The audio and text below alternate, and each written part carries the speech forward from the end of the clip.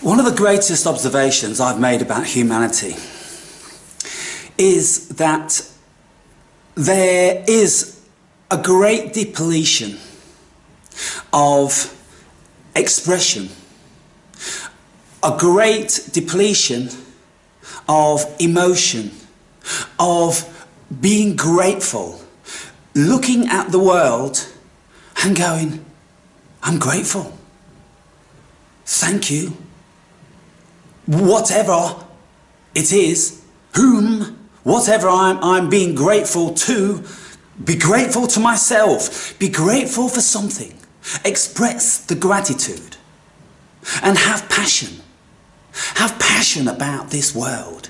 I get up every single day and I look out and I go, I'm grateful. This is fucking beautiful. It's awesome. I feel awesome. I've got the facility and ability to be able to go here and do this and think about this and experience that, this, that and the other. I look up in the sky and I see the sun and I go, thank you, sun. Some people may go, Aaron, it's just a ball of nuclear fission. You know, I wouldn't get too excited about it.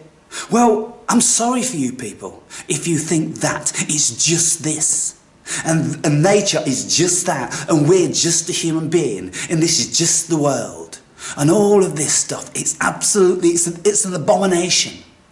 It's a crippling virus of the mind, if you think like that. If you can't get around to waking up each day and looking at the world and going, my God, what is it that I am? What is it that this world is?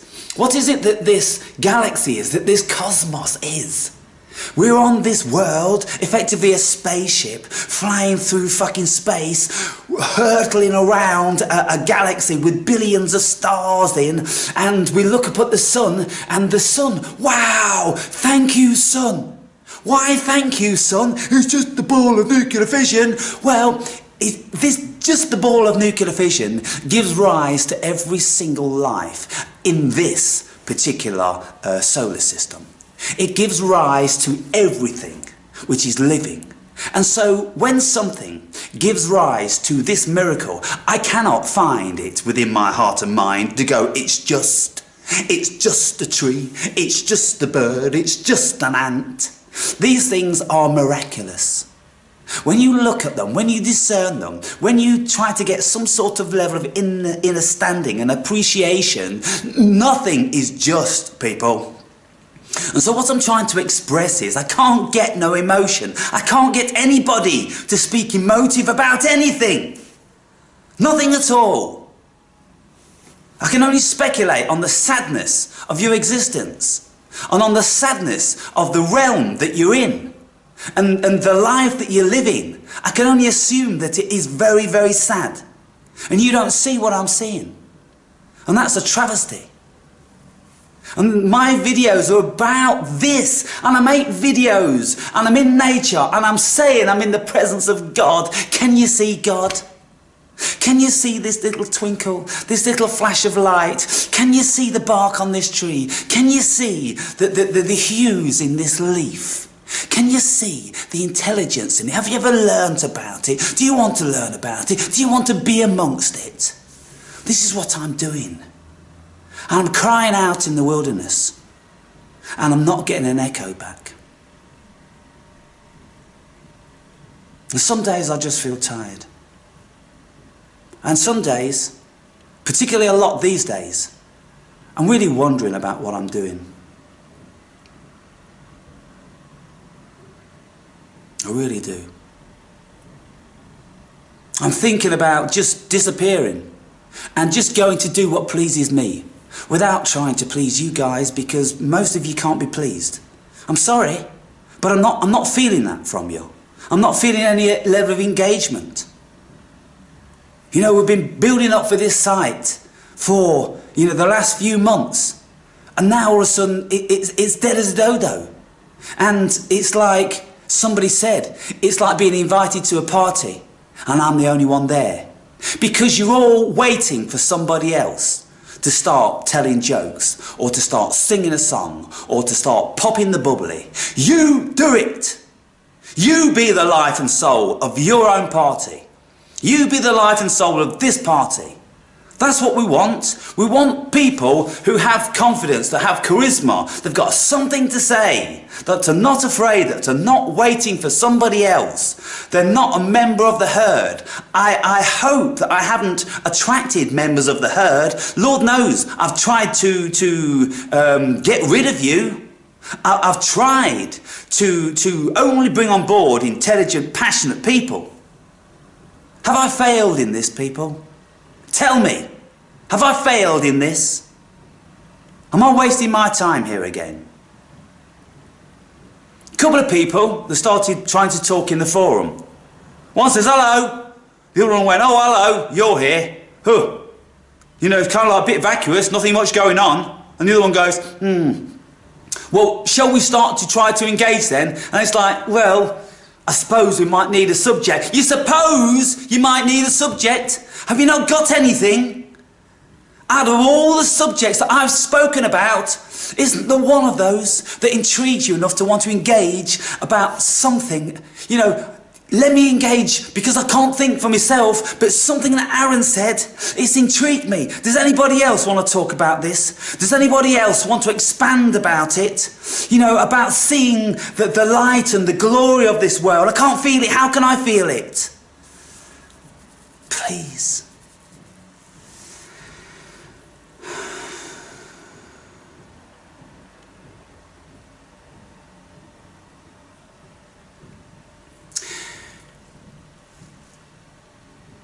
For about this past 3 years, 2 years more predominantly, I've seen this world in a very special way.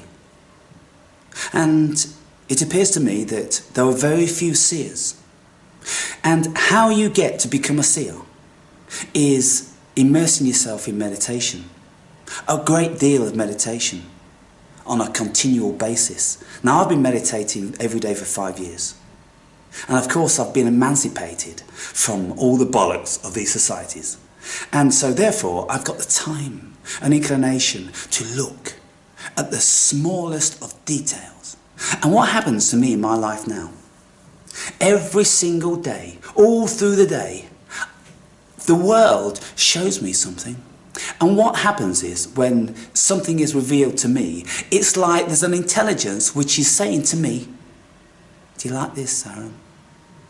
I know you like this sort of thing. Here's another one for you. I'm showing it to you, Aaron, because you appreciate it. Because you can see it. And you love it. That's why I reveal these things to you. And it's like God consciousness is revealing things to me. And every single time I say thank you. Because I'm entirely grateful. What it boils down to at the end of the day is that you've all heard this saying, I saw the light.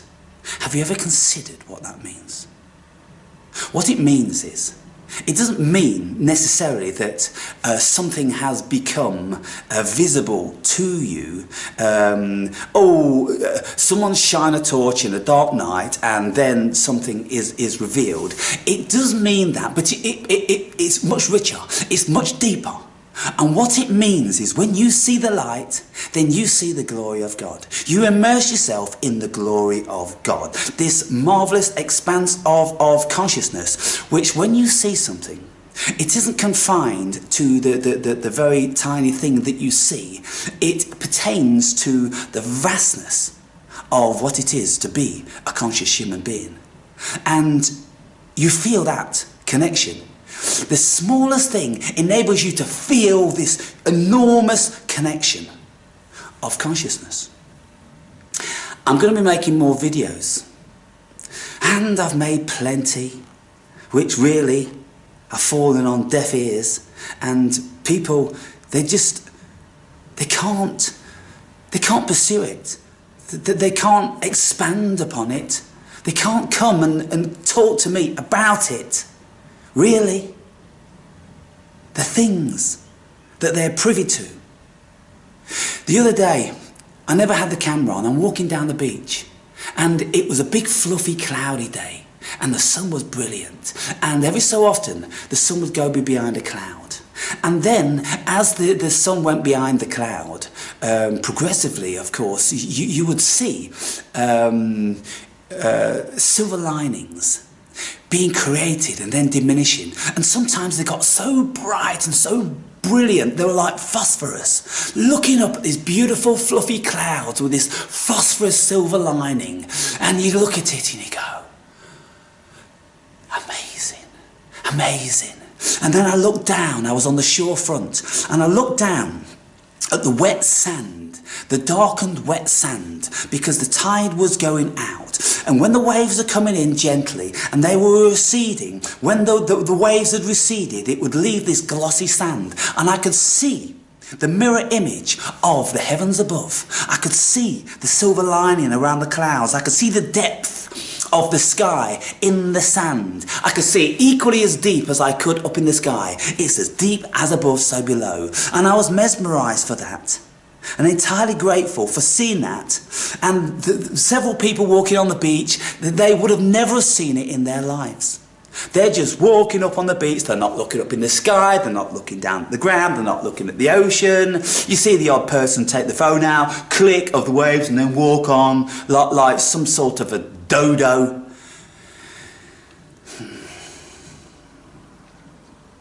I'm in a realm which consists of very, very few. And I've been trying to bring people in to this realm with my philosophy for a long time. And it's amazing that out of 15,000 viewers, subscribers, 3 million views I've had, and the last video I put up, it's over 1,000 hits now. And yet how many wanted to continue with me, with my experience, which I can help you to experience? How many of you had the real connection? Fuck yes, I want this. 27. 27. This is the numbers. And out of you, 27, how many of you see it? How many of you really have a passion about it and want to get deep within this expanse of yourself via meditation? Who say, I am going to meditate. I'm going to do it every single day because I want this. Because what I'm getting from this world is entirely unsatisfactory to me. The bullshit work and the bullshit bills and the bullshit mortgage and the bullshit fucking MOT on the car and every single other thing which is pertaining to this society predominantly is bullshit.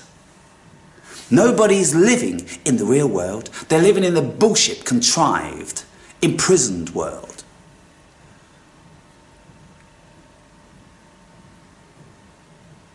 So I'm getting stuck for ways in which I can convey this stuff. And you see, every time I gaze upon a bush or a tree, I see a million hues. I see every single leaf. I see the whole thing. And I appreciate every single leaf which is turned in a particular way, which is reflecting the sunlight in a particular way, which is giving rise to a certain hue. And I look at that, and I get closer, and I inspect that, and I see all the variances, and it's amazing. To me, that's amazing. Everything is amazing. And this is why I'm intoxicated with it. Absolutely intoxicated every single day to look at the sky, because it's different every day. And you look at the moon, I can see the moon now. It's a half moon. It's a clear blue sky, but I can see the moon. And throughout the whole day, that changes. And it not only waxes and it wanes, but it changes in its brightness. It changes in the reflection that is, sometimes it's like this, and sometimes it's like this, depending on where the sun is shining from. There's many things that we can just notice and be involved with and start to get an understanding of the world about us. And so, in Zarathustra, in the temples, they have this eternal light burning. And the light is really, really important in this philosophy, because the light is God. Look at all the paganism worship that's ever been. They've worshipped nature and they've worshipped the sun. Why did they worship the sun?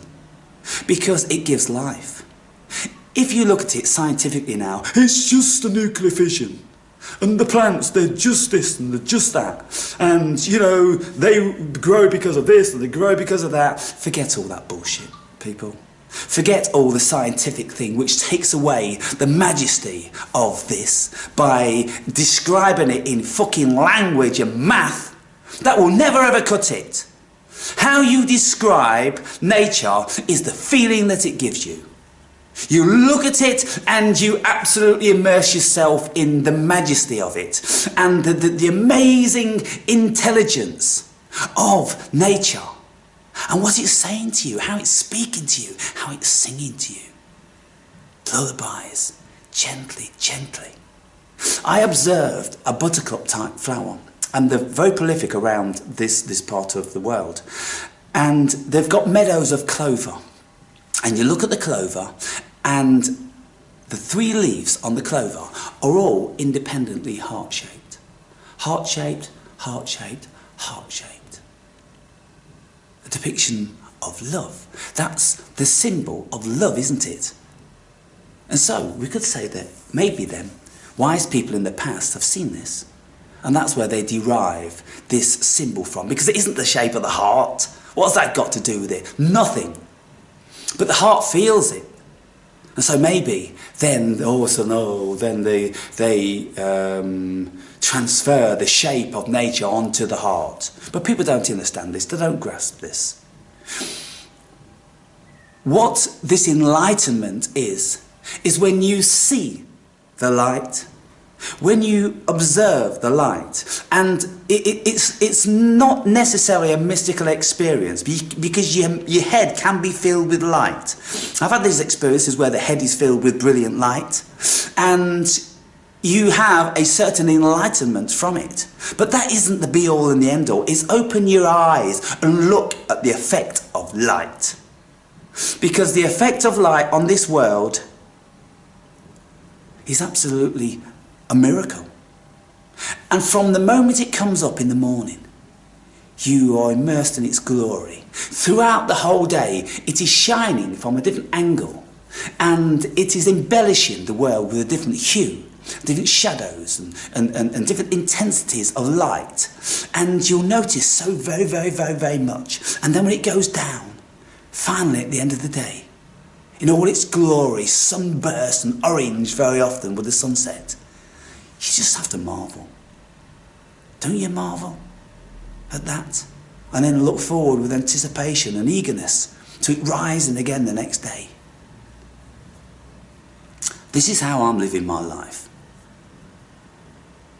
I'm immersed in the light, enlightened. I'm not jumping up and down singing songs about, oh, I'm enlightened now, oh, I went all tingly and like, my head was all filled with glory, my enlightening experience. Aka, Leo Guru. You could all be enlightened if you took the time to get to know yourself. To leave this incessant bullshit which is going on in your everyday cognition. Leave that. Say, I'm tired of you. I don't want to be incessantly thinking about you. You're boring. I want to slip below you. I want to raise above you. I want to transcend you. And then, when you can clear your mind and you don't have that infiltration of bullshit, the world will show you a whole myriad of things that you never even knew existed. Am I speaking here, people? Are you listening?